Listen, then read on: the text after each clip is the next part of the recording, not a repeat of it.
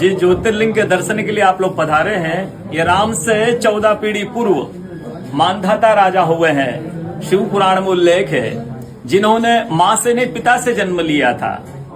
उनकी तपस्या से ये शिवलिंग प्रकट में स्थापित लिंग नहीं है। जिस प्रकार आरती करते हम प्रण अक्षर के मध्य, ओम अक्षर के मध्य, यह तीनों एका, जय शिव ओंकारा।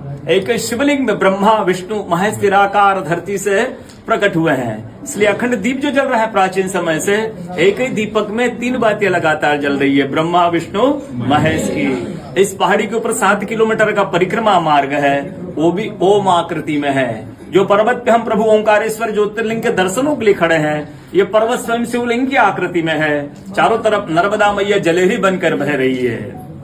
पूरे 12 ज्योतिर्लिंगों में शयन आरती होती है, लेकिन बाबा का विश्राम ओंकारेश्वर ज्योतिर्लिंग में है। यहाँ शयन करके 3 बजे रात उठकर महाकालेश्वर जाएंगे, वहाँ स्नान करेंगे।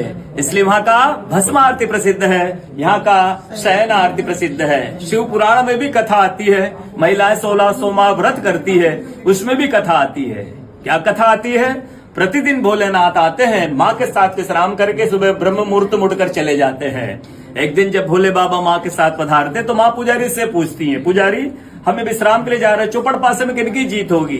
पुजारी बोलते कि आज ये भोले बाबा जीतेंगे। ऐसा बोलकर पुजारी घर चले जाते हैं। भोले बाबा माँ विश्राम के लिए चले जाते हैं। सुबह ब्रह्म मुहूर्त में जैसे ही भोले बाबा माँ बाहर निकलते हैं, पुजारी द्वार पर रहते तो माँ पुजारी से पूछती, पुजारी कल मैंने आपसे पूछा था, हमें विश्राम के लिए जा रहे, चौपड़ पासे में किनकी जीत होगी? आपने कहा भोले बाबा जीतेंगे। भोले बाबा नहीं, मैं जीती हूँ। माँ ऐसा बोलकर उनको श्राप दे के चली जाती है।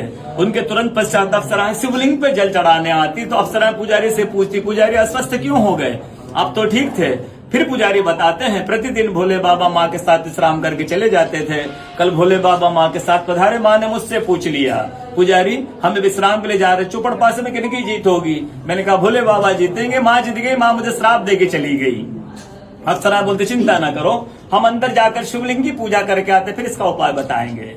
अप्सरा अंदर जाकर शिवलिंग की पूजा करके बाहर आकर बोलती, पुजारी आप 16 सोमवार व्रत कीजिएगा, व्रत करते ही स्वस्थ हो जाएंगे, व्रत करते ही ठीक हो जाएंगे। ये वो कथा का दर्शन प्रतिदिन होता है। बोलो ओंकारेश्वर भगवान। पूरे 12 ज्योतिर्लिंग में ओंकारेश्वर ही ऐसा ज्योतिर्लिंग है जिसके दर्शन के पश्चात कोई महानदी का दर्शन होता है, जिसके तट को छूकर कोई महानदी बह रही है। आप काशी जाएंगे, गंगा जी दूर है, उज्जैन जाएंगे, क्षिप्रा जी दूर है, सोमनाथ जाएंगे, समुद्र है। लेकिन ओंकारेश्वर ही ऐसा ज्योतिर्लिंग है जिसके दर्शन के पश्चात कोई महानदी का दर्शन